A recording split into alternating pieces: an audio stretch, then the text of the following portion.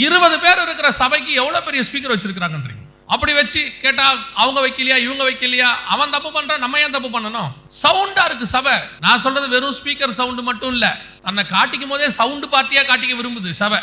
மாடலா இருக்கணும், ஃபேன்சியா இருக்கணும், இன்னைக்கு இருக்கக்கூடியதான டெக்னாலஜி உள்ள இருக்கணும், எல்லாம் இருக்கட்டும். ஆவியானவர் உள்ள இருக்கிறாரா? எல்லாம் இருந்து ஆவியானவர் இல்லாட்டி என்ன பிரயோஜனம்? சாதாரணமா சட்டை போட்டு வந்து நிக்கிற நமக்கு தான் மரியாதை. ஐஸ் பாக்ஸ்ல ஒண்ணு படுக்க வச்சிருப்பாங்க, நல்ல கோட் சூட் போட்டு நல்ல மேல மாலை எல்லாம் வச்சு ஒடிக்கலாம் தடவி, அதுக்கு என்ன மரியாதை?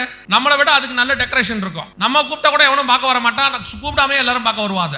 ஆனாலும் அதுக்கு பேரு போனோம். சபை இன்னைக்கு பல நேரத்துல செத்தவனா இருக்கிறது. பயங்கர கிராண்ட். நான் கிராண்டா இருக்கிறது தப்பு இல்லை, தேவைக்கேற்ற கிராண்ட் தேவை. இப்போ ஒரு நமக்கு ஒரு ஜனங்க உட்காந்து 300 பேர் வந்துட்டாங்கன்னா பெரிய இடம் தேவை. அத்தனை பேருக்கு பேசுறதுக்கு ஒரு மைக் தேவை, ஸ்பீக்கர் தேவை, லைட்ஸ் தேவை. இது எதையுமே வேணாம்னு சொல்லல. ஆனா முதல்ல உள்ள ஜீவன் இருக்குதா? ஆவியானவர் இருக்கிறாரா?